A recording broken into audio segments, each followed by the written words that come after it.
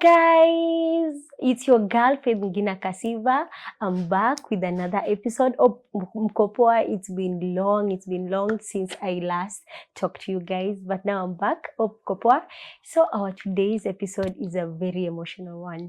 It's about grief. I know most of us tumepatana na grief. We've grieved in one way or another. So today we're talking about it. If it's going to be emotional on your end, you can pause, you can cry, we can cry together. We are the Kasiva family.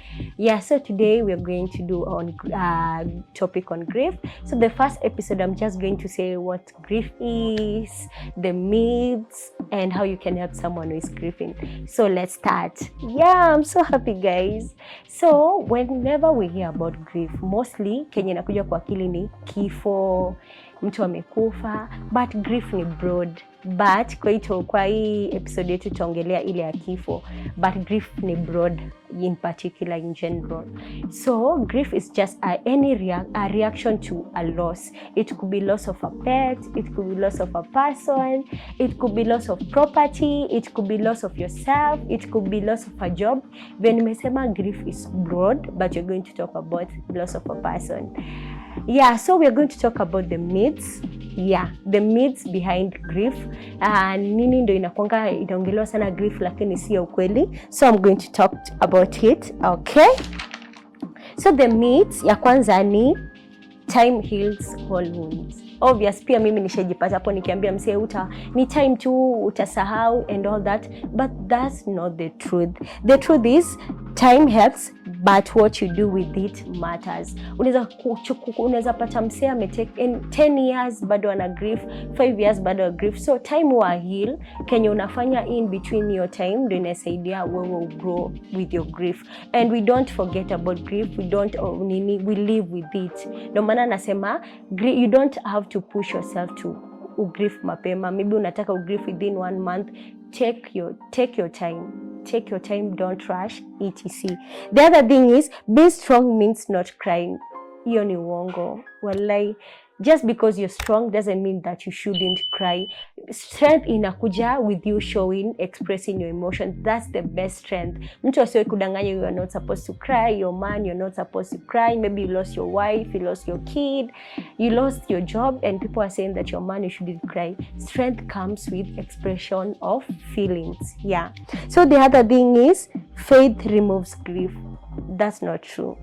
Faith doesn't cancel pain, it carries it. So in that I'm a Christian, in that someone is an Hindu, an Islam, doesn't mean that they shouldn't grieve. Faith doesn't cancel pain, it carries it. Yeah. So the last one, you should move on. We usually pressure people to move on. Maybe mtu amepoteza mtu yuko zile za move on ni 1 month, mbona unalia, it's 2 months, utapata mtoto mwingine. Yeah. So we really need to sit down with these people. We need to show up for them, and we shouldn't pressure them to move on. Yeah, so those are the myths zenye huwa surrounds and grief. And then the other thing we talk about is the physical reaction to grief. Mostly watu wako grief unapatanga there is a physical emotion, a physical reaction towards grief. Kuna ile exhaustion, msi amechoka out of nowhere, like amechoka, hajafanya anything, anafeel tu amechoka. Kuna kuumwa na kichwa, kuna kuumwa na tumbo, kuna kupata pia homa. Sasa hiyo immune yako imeshuka because you're not eating well. Yeah, kuna pia loss of appetite, kuna kulala sana ama kukosa usingizi kabisa. Unapata msee it's night lakini ameshindwa kulala kabisa. Yeah, and we're also going to talk about the emotional part. Kuna the sadness, you're always sad, you don't want to talk to anyone, uko too sad, you're crying. Kuna anger, umekasirikia kila mtu, umekasirikia your family, umekasirikia God. Yeah, so that's the physical and emotional reaction towards grief. Yeah, and we are also going to talk about the stages of grief. Maybe if you've done counseling, if you're done field in psychology, umepatana na hizi stages. So I'm going to mention it, but I'll dive deeper maybe into the future episodes later on.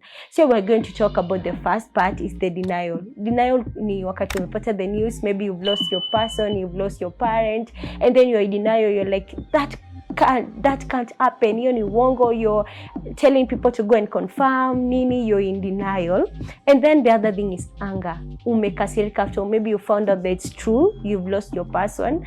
Umekasirika, unavunja vitu kwa nyumba, umekasirikia God, utaki kuongelesha God, umekasirikia family members, umekasirikia everyone, and it's okay. Yeah. And the other thing we have is the bargaining part. Ukozileza, if I had taken them to hospital sooner, if I had enough money, ningewapeleka operation, maybe wangeenda India and all that, nothing of that would have happened. So kuna hiyo bargaining part. And then we have the depression part. You're sad, you're withdrawn, you don't want to talk to people, you're crying, you don't want to do anything. And lastly, we have the acceptance part.